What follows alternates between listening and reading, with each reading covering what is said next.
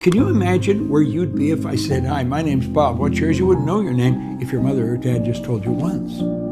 They tell you over and over and over and over. And pretty soon they'll say, "Bob," and you start. Through repetition, everything in your life starts to change. Now, I never knew that. That's why almost all welfare recipients are third, fourth, fifth generation welfare recipients. That's all they heard when they were a kid. They were programmed with it at a very early age by the people around them. That's why we learn the language we learn. And I started to ask myself, how did this happen? And I could not figure it out. I'd been raised to believe if you're going to earn a lot of money, you got to be really smart.